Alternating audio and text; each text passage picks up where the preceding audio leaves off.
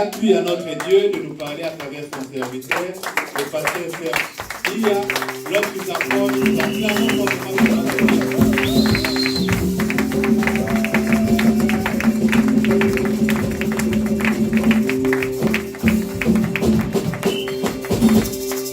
Amen.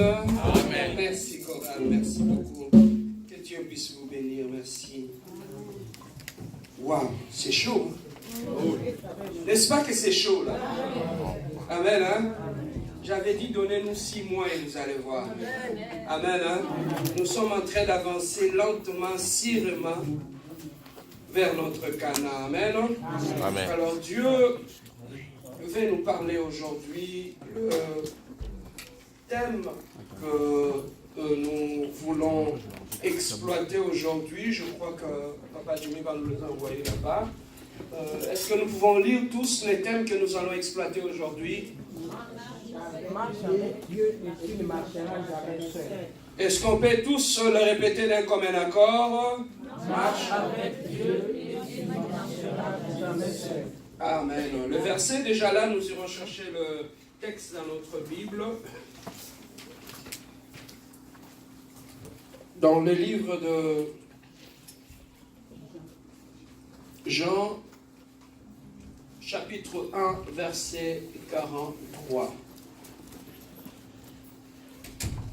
Est-ce que nous pouvons tous le lire d'un commun accord? Il est déjà là sur le tableau. Amen. Hein? Nous sommes en train de nous perfectionner, n'est-ce pas? Amen. Alors, là, on a notre verset biblique qui est là. Est-ce que nous pouvons tous le lire d'un commun accord? Let's go. Le lendemain, Jésus voulut se rendre en Galilée et il rencontra Philippe. Il lui dit, suis-moi. Qu'est-ce qu'il lui a dit? Suis-moi. Suis-moi. Amen. Hein? Amen. Nous avons nos têtes baissées. Éternel, nous voulons t'écouter. Si tu nous as amenés en ce lieu, c'est parce que tu veux nous parler. Seigneur, nous ne voulons pas sortir de ces lieux vides, mais nous sommes venus avec des vases vides. Rends-nous intelligents, rends-nous sages, remplis nos vies d'Éternel et Dieu de gloire. Seigneur, tu as dit, au commencement était la parole était Dieu. Seigneur, nous voulons que la même parole puisse exister et agir au milieu de nous. Merci pour ta présence, Seigneur. Nous repoussons tout ce qui n'est pas de toi. Tout ce qui est contraire à toi, Éternel, nous les amenons loin de cet endroit. Que je puisse disparaître, que toi, Saint-Esprit, l'enseignant par excellence, puisse parler à ton peuple. Seigneur, chacun de nous est venu en ce lieu, il a des questions dans sa vie. Mais toi, tu as des réponses. Réponds à tout un chacun de nous. Tu es le Dieu qui parle tantôt d'une manière ou d'une autre. Seigneur, parle-nous. Hier, tu nous avais parlé par les prophètes, mais aujourd'hui, tu nous parles au travers de ta parole. Seigneur, parle-nous, instruis-nous. Voilà pourquoi nous te disons gloire et louange à toi, Seigneur Jésus-Christ. Gloire et louange à toi, Seigneur Jésus-Christ. Amen. Amen. Le lendemain, Jésus voulut se rendre en Galilée et il rencontra Philippe. Il lui dit, suis-moi. Follow me en anglais. Comment on le dit dans ta langue maternelle? Dans ta langue maternelle. Comment on le dit?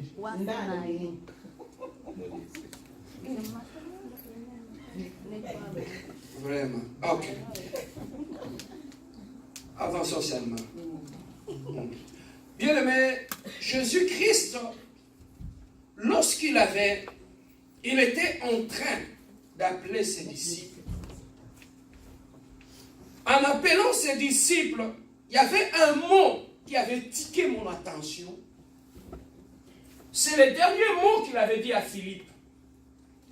Philippe, suis-moi. Bien-aimés dans le Seigneur, lorsque nous donnons notre vie à Dieu,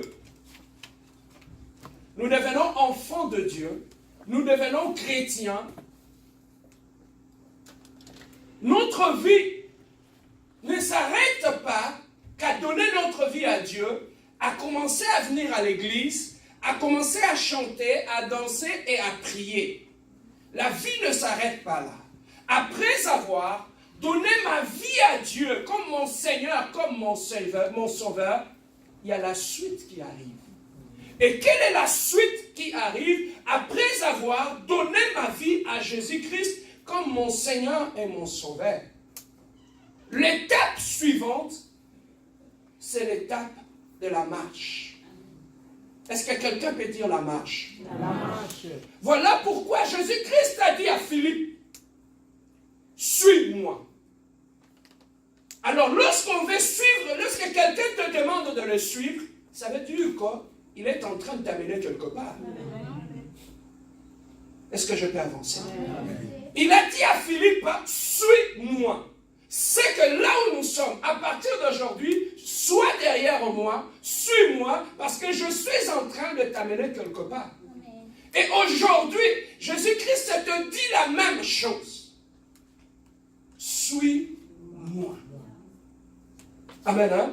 Alors, si il te dit de le suivre, c'est parce que tu veux aller de point A jusqu'au point B.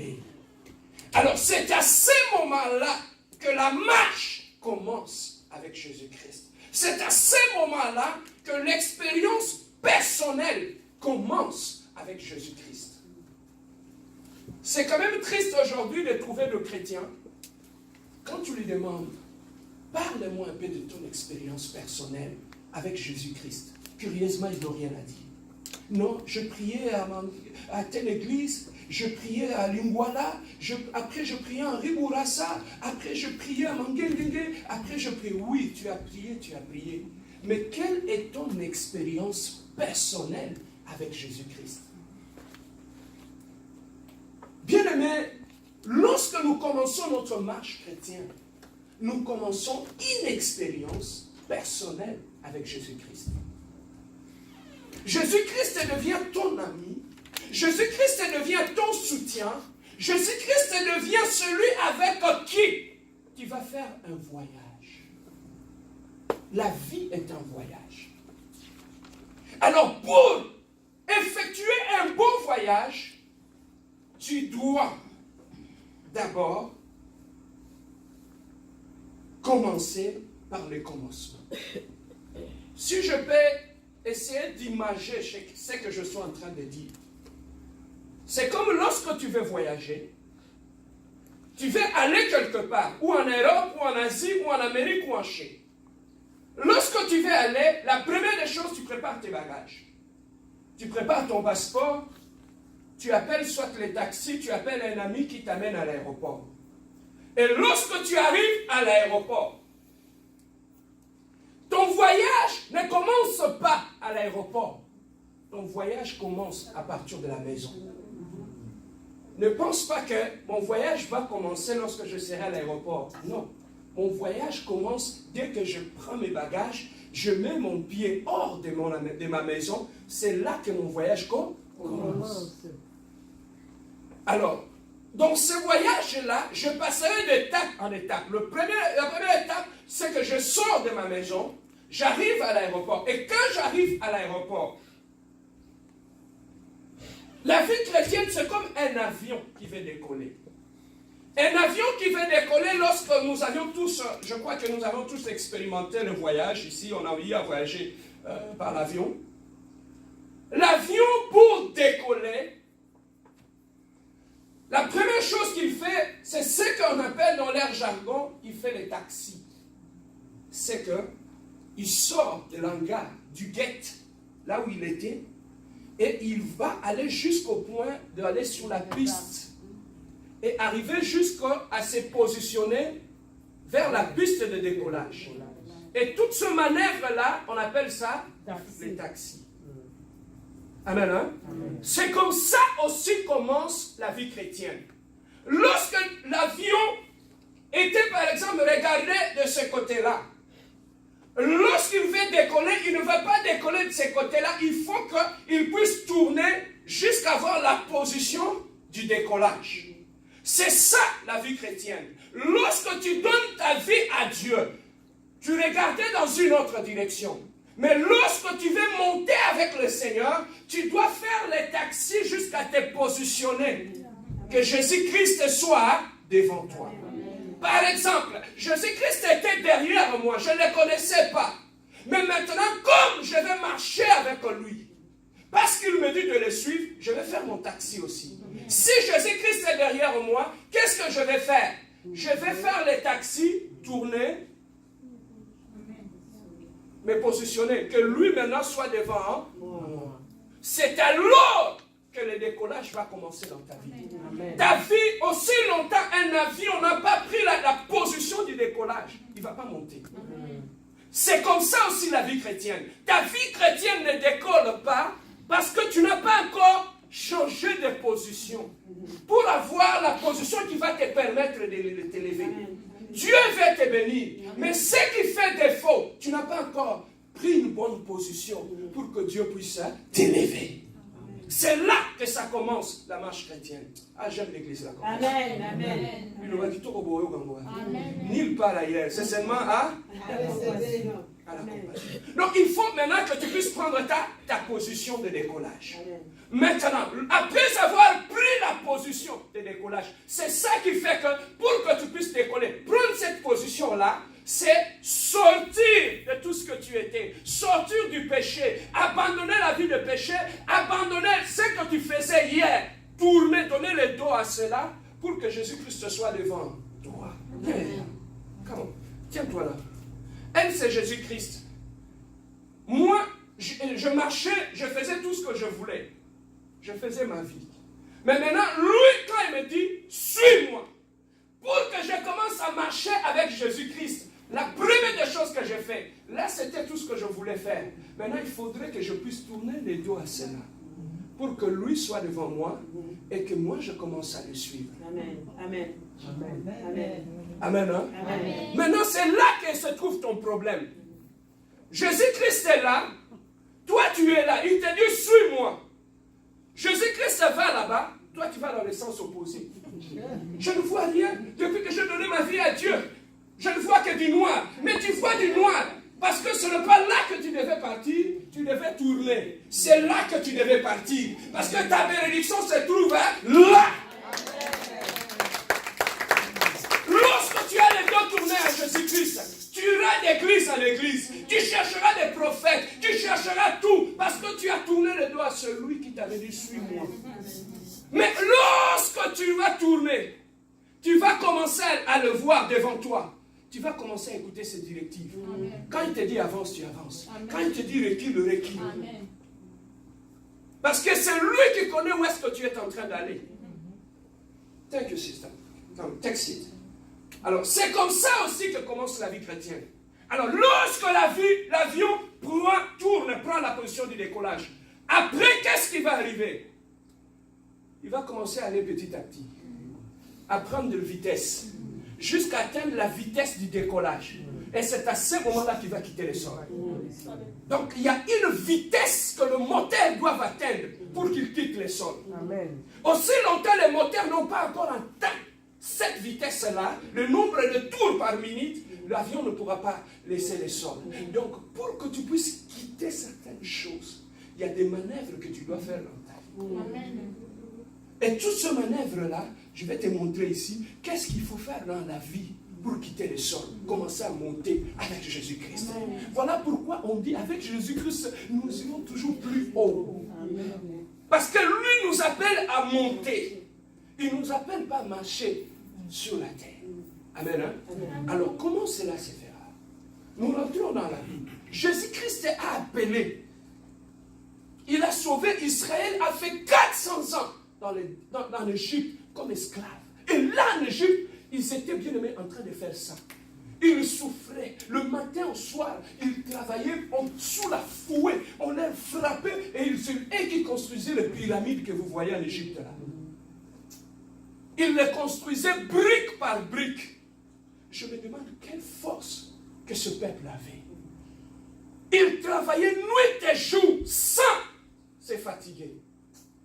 Mais la Bible nous dit, pendant que ces gens-là, qu'on maltraitait, qu'on prenait comme esclaves, travaillaient pour les Égyptiens, la Bible nous dit curieusement, ces gens-là, jour après jour, ils s'est multiplié. le peuple d'Israël commençait à devenir nombreux. Il s'est multiplié. Maintenant, Pharaon a dit, ces gens, la façon qu'ils sont en train de se multiplier, si on les laisse, ils vont prendre notre contrôle. Qu'est-ce qu'on va faire? On va demander à nos sages-femmes, lorsque les femmes israéliennes seront en train d'accoucher, que le sage-femme égyptien tue le bébé avant leur accouchement. Comme ça, ils ne vont plus se multiplier. Mais bien aimé, le peuple d'Israël, Pharaon ne savait pas que ce peuple-là était un peuple de Dieu. Amen. Amen. Pendant qu'ils planifiaient le mal, Israël ne savait pas. Pendant qu'ils faisaient leurs réunions, Israël ne savait pas. Alors, lorsque le peuple d'Israël, bien aimé, les femmes égyptiennes commençaient à coucher, vous savez, quand vous allez à la maternité, il faut attendre que, quand tu commences à faire le travail, on appelle l'infirmière. Viens. La femme, les contractions ont commencé, ça a commencé à accélérer. Il faut que la sage-femme soit là pour aider la femme à accoucher. Mais maintenant, qu'est-ce qui se passe? Voilà comment Dieu fait les choses. Pour ne pas laisser ces sages-femmes tuer les bébés israéliens, ces femmes accouchaient avant même que la sage-femme entre dans la salle. Tu vois comment Dieu était en train de les dévancer. Bien aimé, lorsque tu as Dieu dans ta vie, quel que soit le nombre de réunions que les ennemis peuvent faire pour te couler, peuvent te faire du mal. Voilà pourquoi moi je dis, celui qui a Dieu, I don't care. Même si vous faites des réunions, vous citez mon nom, ce n'est pas mon problème. Moi j'ai un Dieu d'alliance. J'ai un Dieu d'alliance. C'est l'alliance qui me protège. Ce n'est pas un homme, c'est l'alliance que j'ai faite avec Dieu. Pendant que les enculés, venez, la femme va accoucher. La sage-femme dit, viens, on va aller tuer les bébés. Avant même qu'ils entrent dans la salle, le bébé est déjà en train de pleurer. Et la sage-femme dit, il n'y a pas moyen de la tuer, parce que le bébé est déjà sorti. Voilà comment Dieu va dévancer tes ennemis. Ils vont faire de plans pour te faire du mal, mais Dieu va les confondre. Dieu va les confondre. Et ces bébés naissaient.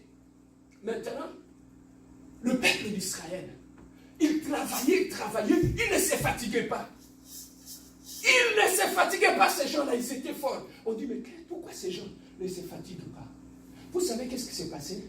Les Israéliens, après avoir travaillé toute la journée, ils étaient maganés, fatigués.